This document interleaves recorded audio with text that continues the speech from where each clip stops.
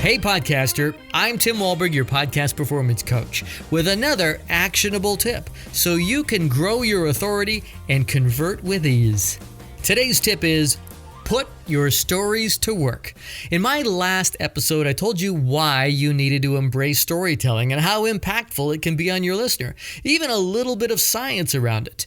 If you're podcasting for your business, it's easy for us to get caught up in the minutia of our message when we're trying to explain what we do or how our product or service can help listeners.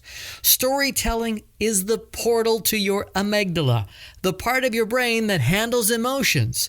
So think feelings over facts and think people over products or policy.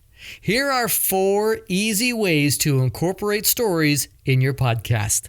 The first is subtle and short. This is a simple mention. Do it this way if your story is short and is best used as a quick example. You might even have 2 client story examples to punctuate a point.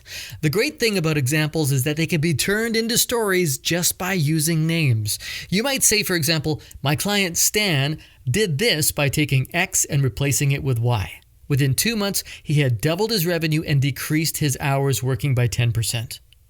Another client of mine, Susan, did this too, but she did it by putting X and Y together. Within 6 months, she had also doubled her revenue, but decreased her hours by 40%. Now, we can boost the impact of these examples too. The more we get to know these people, the more relatable they can be to your listener. Just by telling us that Stan is in health and wellness, operates a gym, and trains his clients online, the listener can paint a better picture of him. Can't you see Stan? I mean, just look at his muscles. He's all bulgy and lumpy. Or Susan, who's an accountant and has 3 kids. You can't tell me that working 40% less won't mean more family time. Just look at them all in the swing set in the backyard, having a good old time, eating hot dogs. Whoa, Jeffrey, that is way too much mustard. The second way to use a story is as a belief buster. This can take a bit more time because you need to research it and do a good job of telling the story, but this is why it's so powerful, because in the end, your listener's limiting belief is proven invalid by the story. The third style really allows the story to be the core of the episode. In this case, you want to share a story that has multiple takeaways. Tease it up this way if you like. I want to share a story about one of my clients because he managed to triple his income in a year without adding a single hour to his schedule. He learned 3 key lessons. So as I share the story, see if you can spot them because they might be the difference for you too. Meet Frank, blabbity bloobity blee. And the final style of storytelling is using a past personal story as an analogy or to show symbolism. This story may seem like it's unrelated to the topic, but you use it to form an analogy that will drive home the point. And in my next episode, I'm going to share something that happened to me years ago that I've hung on to this day and the lesson that I learned from it. So, again, 4 ways to tell stories. Number 1, short and sweet, using examples. Again, these might be client-inspired.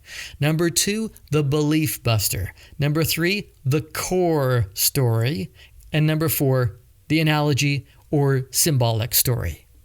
Storytelling has been around as long as we humans have been able to communicate. When your podcast is all about growing your authority, sharing your experience and expertise through storytelling is a far more relatable and memorable way to connect with your audience. And I hope that's just the tip you need. Here's a story. Once, an entrepreneur wanted to be a podcaster. So they started a show, and their business grew and grew. Then they woke up. It was all a dream. Don't be a dreamer. Make it a reality with real action.